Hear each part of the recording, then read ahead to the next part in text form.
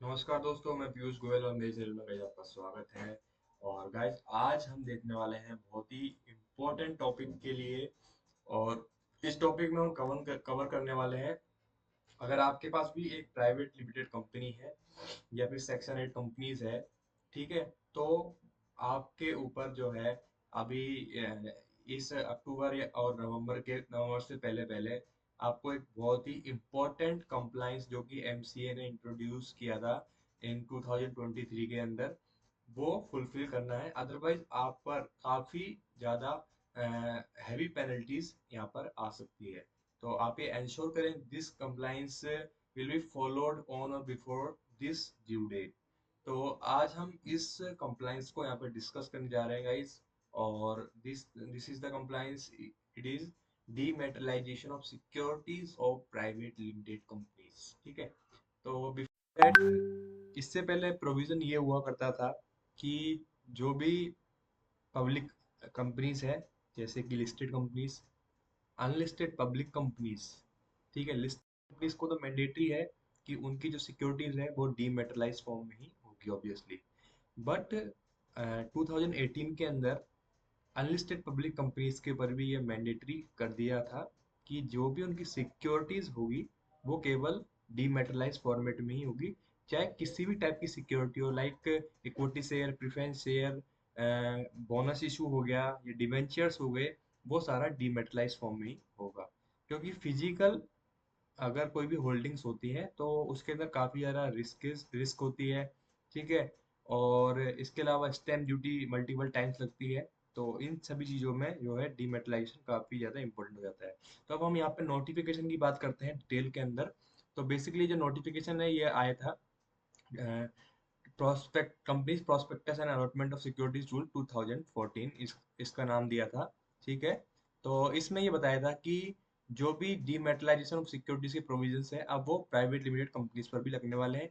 क्या वो सब प्राइवेट लिमिटेड कंपनीज पे लगने वाले हैं या कुछ एक प्राइवेट लिमिटेड कंपनीज को यहाँ पे एग्जम्प्ट किया गया है, क्या प्रोविजन है, इसके बारे में हम यहाँ पे डिटेल करने वाले हैं। और अगर प्राइवेट लिमिटेड कंपनीज उन कंप्लायंसेस को फॉलो नहीं करती है तो क्या क्या पीनल एक्शंस कॉन्सिक्वेंसेस यहाँ पर हो सकते हैं, वो भी हमें जानने की कोशिश करने वाले हैं। ठीक है, आपको पता होगा कंपनीज एक्ट के अंदर प्रोविजन है कि सभी लिस्टेड कंपनीज के जो शेयर्स हैं और सिक्योरिटीज है डीमेट में होनी चाहिए, जिससे कि उनके अंदर ट्रेडिंग जो करना चाहते हैं लोग वो स्मूथ हो सके। ठीक है, तो डीमेटलाइजेशन सबको पता ही है, बेनिफिट्स भी ऑलमोस्ट सबको पता ही है, कन्वीनियंट होता है, इंस्टेंट ट्रांसफर हो जाता है, सबसे अच्छी बात, स्टैम्प ड्यूटी नहीं आती है आपकी।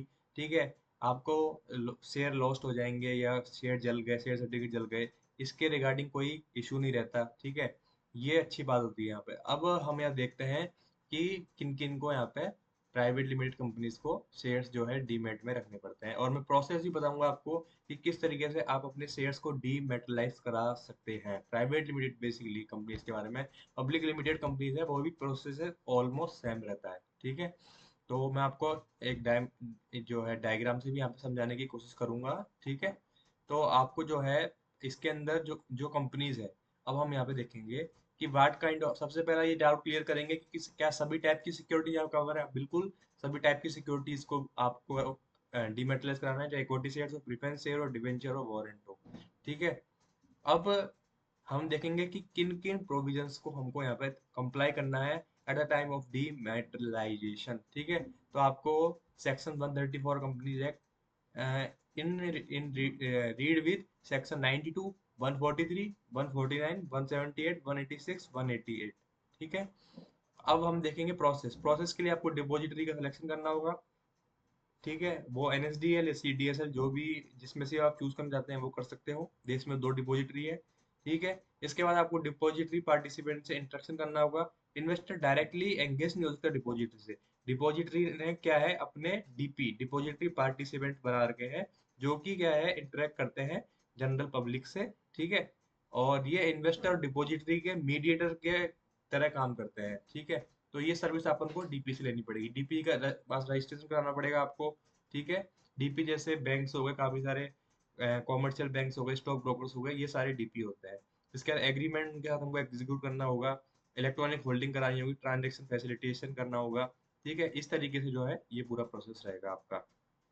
ठीक है। तो कंपनी को अब यहाँ पे क्वेश्चन आता है, क्या कंपनी को आरटी भी अपॉइंट करना होगा क्या, अगर आपने जो है डीमेटलाइज कराए तो आरटी का रोल क्या होता है, बेसिकली जो इशूअर यानी कंपनी और डिपॉजिटरी के बीच में जो है इंटरमीडिएटरी का वर्क करता है, जिससे कि डीमेटलाइजेशन कॉर्पोरेट एक्शंस जो इशूअर ले रहा है उनको क्या है प्रॉपर तरीके से मैनेज किया जा सके। तो ये जो रिक्वेस्ट आती है डीमेटलाइजेशन की डिपॉजिटरी पार्टिसिपेंट से, वो क्या है कंपनी को फॉरवर्ड करता है। ठीक है। तो इसके अंदर कौन कौन सी कंपनीज कवर है, तो यहाँ पर ये बताया है कि whether the private companies covered under demergalization section will be required to maintain of register of member। हाँ, ये भी बहुत अच्छा क्वेश्चन है कि यार उनको रजिस्टर ऑफ मेंबर भी मेंटेन करने की रिक्वायरमेंट है या नहीं है। ठीक है। इसके बाद हम देखेंगे कि कौन कौन सी प्राइवेट लिमिटेड कंपनी कवर्ड है। तो सभी प्राइवेट लिमिटेड कंपनी कवर्ड है एक्सेप्ट स्मॉल कंपनी। जो स्मॉल कंपनी की definition as per the companies act 2013, अगर उस डेफिनेशन में कवर हो रही है तो स्मॉल कंपनी पर ये प्रोविजन एप्लीकेबल नहीं है। इसके अलावा जो भी कंपनीज है सब पर ये मैंडेटरीली एप्लीकेबल है प्रोविजन। अगर नहीं कराओगे तो पेनल्टीज भी यहाँ पे हैवी पेनल्टी है, 1.5 से 2 लाख रुपए की पेनल्टीज है एवरी कंपनी पर, और डायरेक्टर पर भी अलग पेनल्टी। इसलिए आप इंश्योर करें कि जो भी कंप्लाइंस है उनको टाइमली कराएं, जिससे कि जो अ, जो इशू है ये कंप्लाइंस का, ये आपकी कंपनी के अंदर अराइज ना हो। और आप किसी भी टाइप की गाइडेंस की रिक्वायरमेंट है, बिल्कुल आप मेरे से कनेक्ट हो सकते हैं, मेरी स्क्रीन पर नंबर भी है। और आपको कोई भी क्वेश्चन है GST, income tax, import export या कंपनी से रिलेटेड, तो आप बिल्कुल बेझिझक मेरे से कनेक्ट हो सकते हैं। Thank you guys.